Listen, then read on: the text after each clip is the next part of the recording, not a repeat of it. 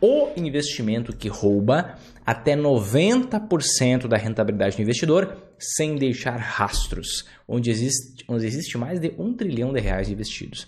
Trilhão com T de trem, fundos de investimento e previdência privada. Por que esse roubo autorizado de até 90% da sua rentabilidade acontece? Muitos de vocês têm dinheiro nesse investimento e outros estão propensos a entrar nessa furada. Tem muitas coisas que você não vê, tem muitas coisas que não são divulgadas. A indústria financeira não quer que você saiba o que eu vou te mostrar aqui. Mas olha só, eu preciso te dizer uma coisa. O mercado financeiro faz 90% de vocês de trouxa. Entenda, aceita, absorve e você pode mudar a partir de agora. Mas o mercado financeiro, a indústria financeira, corretoras, bancos, fazem 90% de vocês de trouxa, de palhaço. Você vai entender o porquê. Olha para esse gráfico. O que significa esse gráfico aqui, tá? Esse gráfico, ele foi estruturado, primeiro montado por uma empresa chamada Fundsmith, tá? Que é uma empresa britânica, tá ali no canto, de investimentos, tem um longo histórico, super confiável. Eles fizeram uma análise. Basicamente, o título aqui em cima é If Berkshire, que é a empresa do Warren Buffett, certo? A empresa de investimentos do Warren Buffett, que é o maior investidor do mundo. Então, If Berkshire, se ela tivesse tido uma cobrança de 2,20. O que seria essa cobrança de 2,20? O que acontece? A maioria dos fundos de ações, a gente está falando de investimento na bolsa de valores, a gente está falando de lucrar nas altas quedas da bolsa por aqui. Então, você teria duas opções de investimento. Você poderia investir num fundo multimercados. O que é um fundo multimercados? É um fundo de investimento que pode ser de previdência, pode ser um fundo normal, certo? É um fundo que não é de previdência. A maioria deles, tanto fundo multimercado quanto de ações, eles cobram essa famosa taxa de 2,20. O que é 2,20? Esses fundos cobram 2% de taxa de administração frente ao valor que você for investir, ao montante investido, ao ano, independente de resultado. Então, digamos, você foi lá e investiu R$100 mil num fundo de investimento. Vinícius, eu não vou investir 100 mil, Vinícius, eu vou investir mais 100 mil. Não importa o valor, é só um exemplo, tá? Você foi lá e investiu R$100 mil num fundo de investimento, tá? De ações ou multimercado, por exemplo. E aí, o que aconteceu? Você, naquele ano, teve um resultado de menos 10. Foi um fundo de ações lá. Ações caíram, você teve um resultado negativo em 10%. Sabe o que acontece? O seu prejuízo não foi 10, foi 12%. Porque esses 2% que você paga ao ano é pelo trabalho da gestão. É pelo que os profissionais da gestão fazem. Ponto. Se você tiver lucro, você tem que pagar 2%. Se você tiver prejuízo, você tem que pagar 2% igual. Não importa o resultado. Você tem que pagar 2% pelo tempo, pelo trabalho da gestão. Essa taxa de 20% é a famosa taxa de performance. Vinícius, nunca ouvi falar. Tudo bem. Esses fundos, como fundos de ações principalmente, eu vou pegar esse exemplo que tem mais a ver com bolsa de valores. O fundo multimercado ele investe em ações e renda fixa e tudo mais. Existe essa taxa de performance. O que é essa taxa de performance? Todo fundo ativo, ou seja, que busca superar a rentabilidade de um determinado indicador médio, por exemplo, fundos de ações em geral, eles têm por objetivo superar a rentabilidade média das ações. Então, superar a rentabilidade do índice Bovespa. Quando o fundo consegue superar a rentabilidade do índice Bovespa, ele cobra essa taxa de performance, que geralmente é 20%. No mundo inteiro, tem essa famosa taxa de 2,20, que é a mais trivial para a maioria dos fundos. Então, o que acontece? Vamos pegar um exemplo. Digamos que, num determinado ano, você foi lá e investiu num outro fundo, certo? R$100 mil. E aí você teve uma rentabilidade de 15% no ano, tá? Só que nesse mesmo ano, a média das ações se valorizaram 10%. Aí o que acontece? Você teve 10 mais 5, concorda comigo? 15. Ou seja, você teve 5% acima da média. Desses 5%, o que acontece?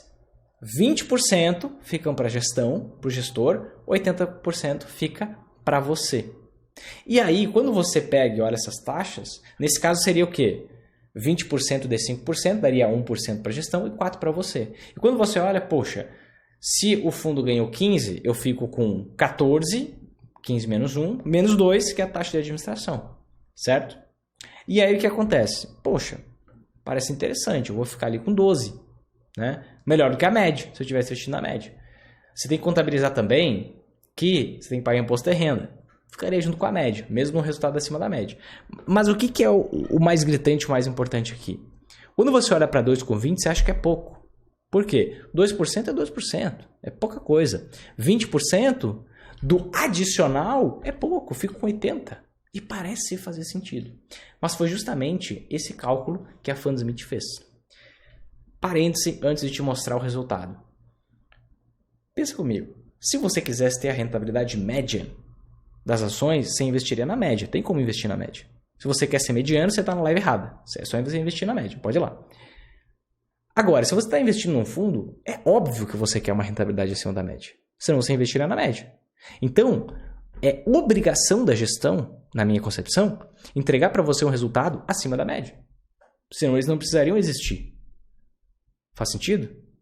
Só que, quando o fundo tem resultado acima da média, você tem que dividir com eles a rentabilidade que excedeu a média.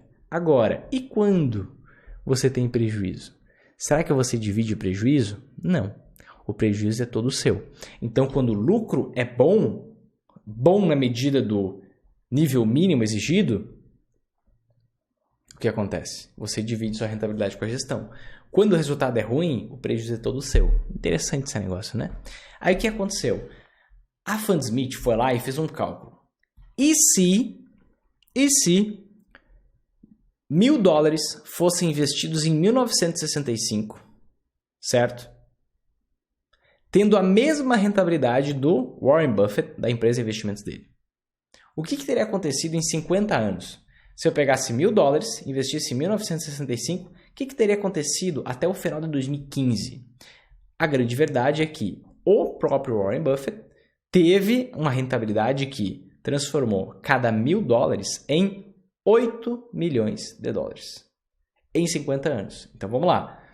Em 1965, $1.000 investidos, tendo a mesma rentabilidade do Warren Buffett, o maior investidor do mundo, o que aconteceria? Se transformaria $1.000 em $8 milhões. De 65 a 2015.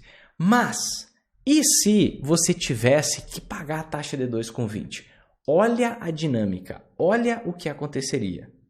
Você investidor, com $720 mil, enquanto a gestão do fundo ficaria com $7.280.500. Repito, se você tivesse investido por conta própria, por conta apenas desses dois fatores, nenhum mais, aqui no Brasil tem mais fatores que jogam contra e aumentam esse roubo autorizado. Se você tivesse investido por conta própria, $1.000 teriam virado $8 milhões na sua mão. Se você tivesse investido por meio de um fundo de ações que cobrasse a taxa padrão no mercado, que é 2,20, administração e performance, você ficaria com $720 mil apenas, 10% do bolo todo. Menos de 10%, né? Enquanto a gestão ficaria com $7.280.000. Por que isso acontece? As ações, elas não se comportam de forma linear como a renda fixa. Elas se comportam em saltos. Então, algumas vezes você está lá, não fica no 0 a 0, tipo as ações de 2020. E aí, você vai lá, fica no 0 a 0, certo período de tempo, foi lá, e aí o que acontece? Daqui a pouco, boom, você tem um salto de rentabilidade. Porque as ações sobem pra caramba. Exemplo de um ano que teve um salto de rentabilidade, 2016. Aí, o que acontece? Em anos em que você está no 0 a 0, você fica pagando aquele 2% lá para a gestão do fundo. Em anos em que você tem uma rentabilidade acima da média, a sua rentabilidade é muito acima da média. De forma que todo esse rendimento adicional que você teve, desse ano de alta das ações, você vai pagar uma boa fatia, uma boa parte para a gestão. Vou te dar um exemplo. Nos últimos anos, olha o salto que as ações tiveram no intervalo ano a ano. E depois você tem queda. Então, quando as ações sobem pra caramba, você dá uma boa fatia para a gestão. Quando cai, o prejuízo é todo seu. E aí você divide o lucro, fica com todo o prejuízo. Divide o lucro, fica com todo o prejuízo. No longo prazo, o efeito dos juros compostos, o juro sobre juro, trabalha a favor da gestão. Não a favor de você.